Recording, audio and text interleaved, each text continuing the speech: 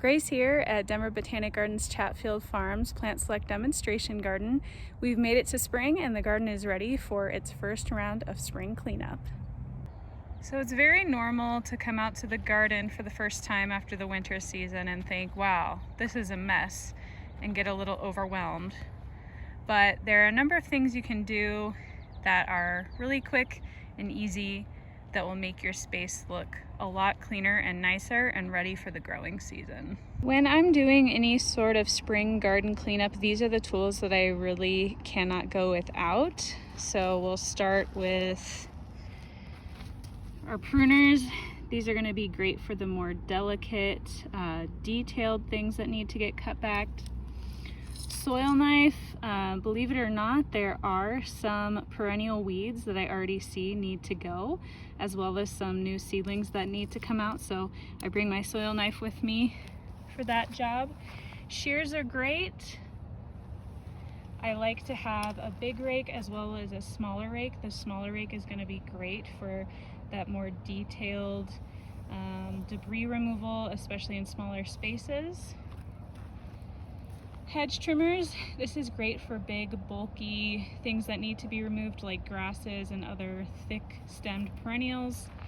And then, of course, a blower, which is very important for all the things that the rake can't get, some of that finer debris that the rake can't remove. One of the first things I like to do is just hit the garden space with this smaller rake. This is going to get anything that's already loose, things that have broken off, or snapped from any of that heavy snow, and it's just going to help me save my back and not bend over as much.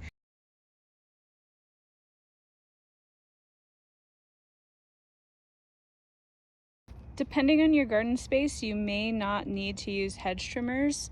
I prefer to use them just with the amount of area I have to cover, the amount of material and debris that I need to remove. I prefer electric hedge trimmers. I think those are lighter and easier to work with. The ones that we have on site were in use at the time, so I'm using the gas-powered hedge trimmers. And don't forget your chaps and your ear protection.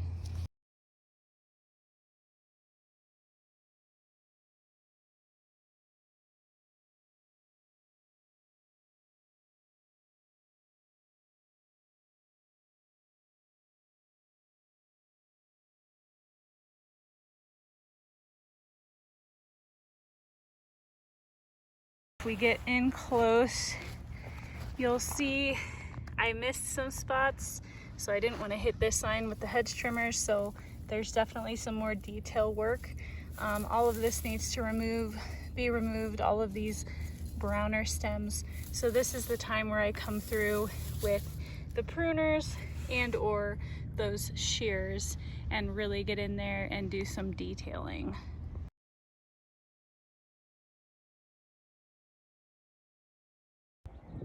So you can see where we're at after another few rounds of hand pruning and raking. There's one final step I would like to do, which would be to use my blower to get just some of the finer debris that the rake cannot grasp.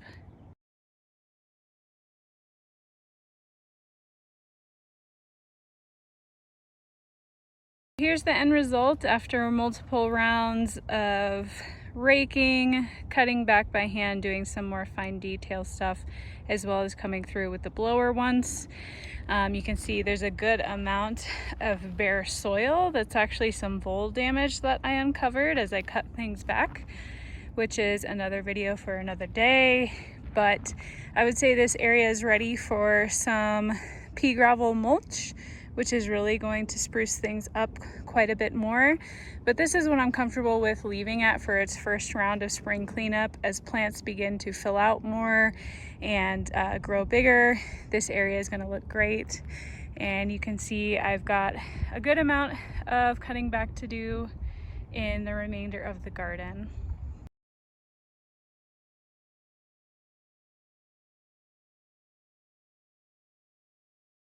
Spring cleanup and spring cutback is one of my favorite gardening tasks aside from planting. It can be very therapeutic. It's very exciting for those of us who have been stuck inside and feeling cooped up. I hope some of these tasks that I performed, as well as maybe some of the tools that I used, are something that you can benefit from for use in your own yard. And thanks as always for watching, and we'll see you next time.